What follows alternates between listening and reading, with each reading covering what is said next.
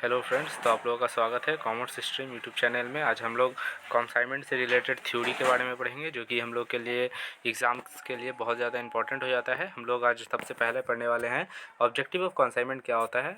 हम लोग इसके पहले जानते हैं कि कंसाइनमेंट में क्या होता है। कंसाइनमेंट में जो एक क्या होता है, एक प्रिंसिपल रहता है, एक प्रिंसिपल रहता है और एक कौन रहता है, और एक एजेंट रहता है। एजेंट क्या करता है, प्रिंसिपल के गुड्स को बेचने का काम करता है। इसके बदले में एजेंट क्या करता है, इसके बदले में एजेंट उससे उससे कमीशन चार्ज करता है। क्या चार्ज करता है, कमीशन चार्ज करता है। तो इसे ही हम लोग क्या करते हैं, इसे ही हम लोग कंसाइनमेंट कहते हैं।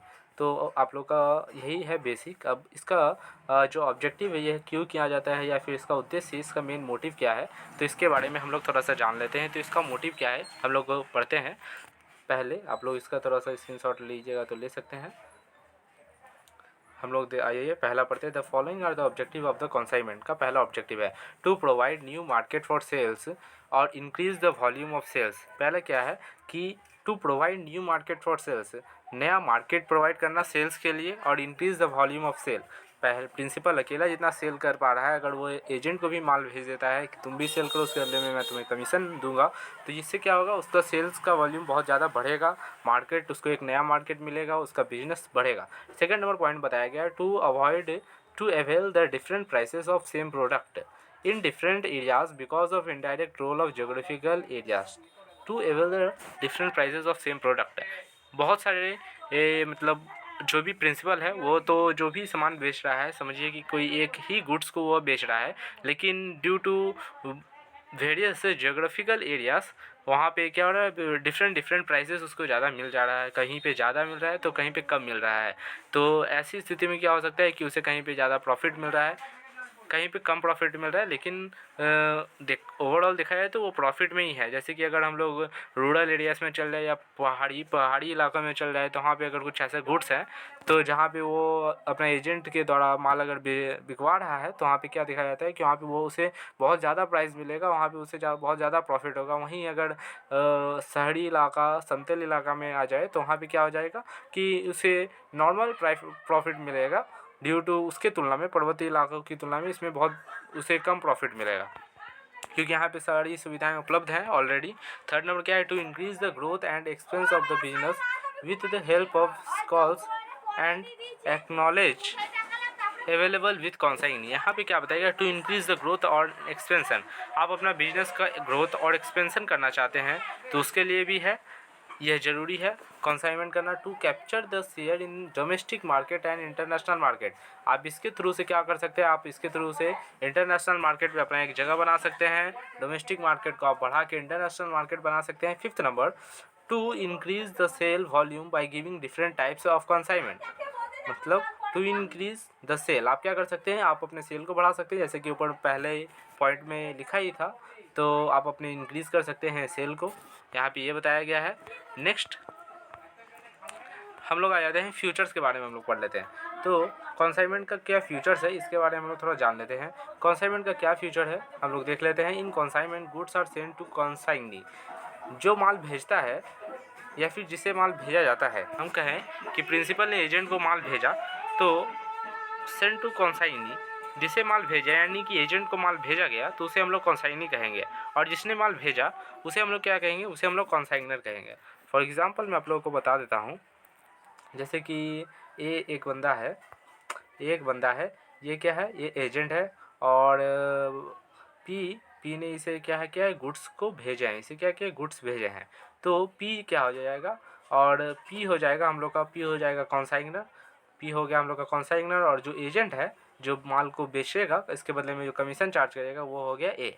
तो आशा करता हूँ ये आप लोगों को समझ में आ गया होगा किसे कॉन्साइनर कहते हैं और किसे कॉन्साइनी कहते हैं। सिंपल भाषा में एक बार और समझ लीजिए कि कॉन्साइनी उसे कहते हैं जो कि माल को रिसीव करेगा, यानी कि जो कि कमीशन पे, एक पर्टिकुलर कमीशन पे प्रिंसिपल के गुड्स को बेचने का काम करेगा, दैट इज़ कॉन्साइनी।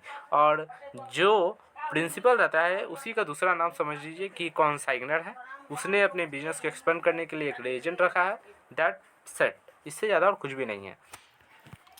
नेक्स्ट हम लोग आते हैं फ्यूचर्स की बात कर रहे हैं, तो फ्यूचर्स में क्या है, features of consignor are as follows. पहला नंबर पॉइंट में बताया गया है, it is a consignment of goods from consignor to consignee for sale on commission basic.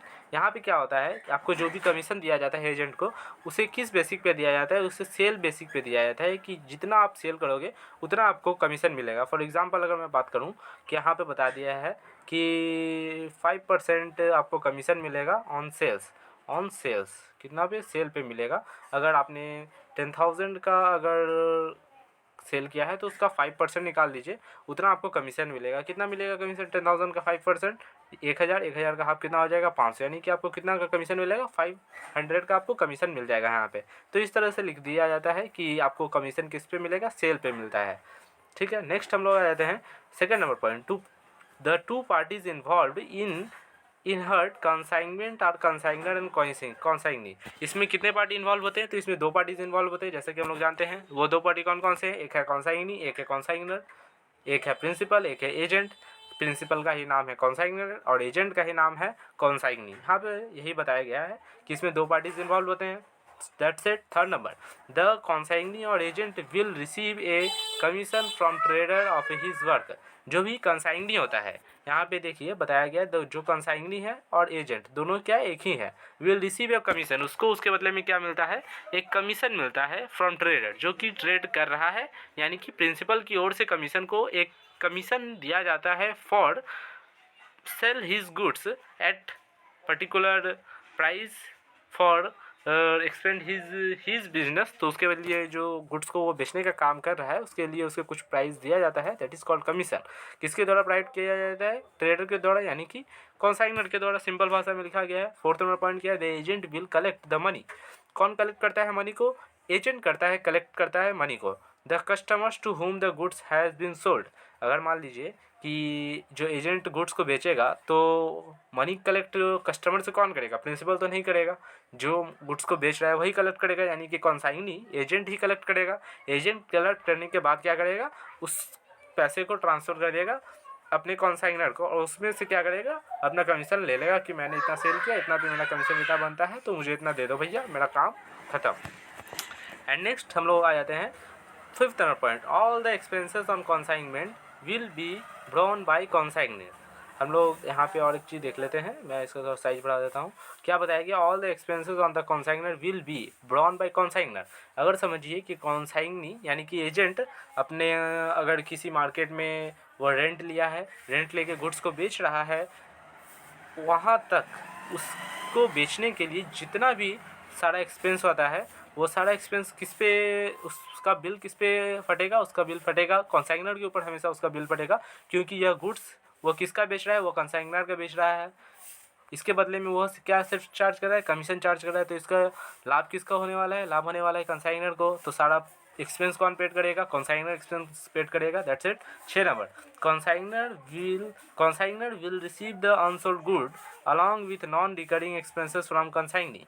Consignor क्या करेगा? Will receive the unsold good, वह रिसीव करता है अनसोल्ड गुड को। अगर जैसे कि आप लोग को एग्जांपल से बताता हूँ कि एक एजेंट को प्रिंसिपल ने गुड्स भेजा, 100 गुड्स भेजे, जिसमें से 95 बिक गए, ठीक है।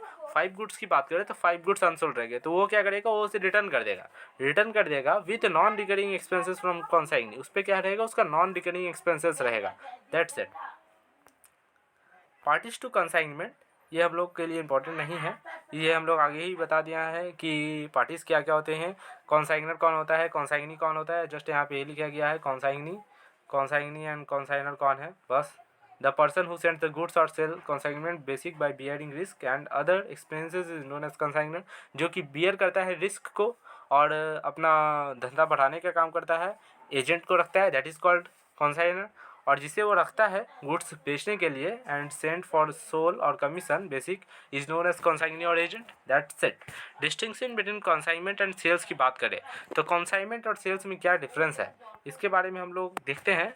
अगर यहाँ अच्छा से दिया है तो इसे हम लोग स्किप करते हैं, ये हमारे एग्ज़ाम के लिए उतना इम्पोर्टेंट टॉपिक नहीं है। तो आज के लिए हम लोग का बस इतना ही। नेक्स्ट का थ्योरी हम लोग इसके अगले वीडियो में हम लोग बना देंगे, ठीक है। Thank you. अगर वीडियो अच्छा लगे तो कॉमर्स स्ट्रीम चैनल को ज़रूर सब्सक्राइब करें। चैनल का नाम है हमारा कॉमर्स स्ट्रीम। यह एक नया चैनल है और मैं अभी नया वीडियो बनाना शुरू किया हूँ। आप लोगों को मैं चाहता हूँ कि आप लोग मेरे चैनल को सपोर्ट करें, जिससे कि मेरा चैनल सामने बढ़ के आए। Thank you.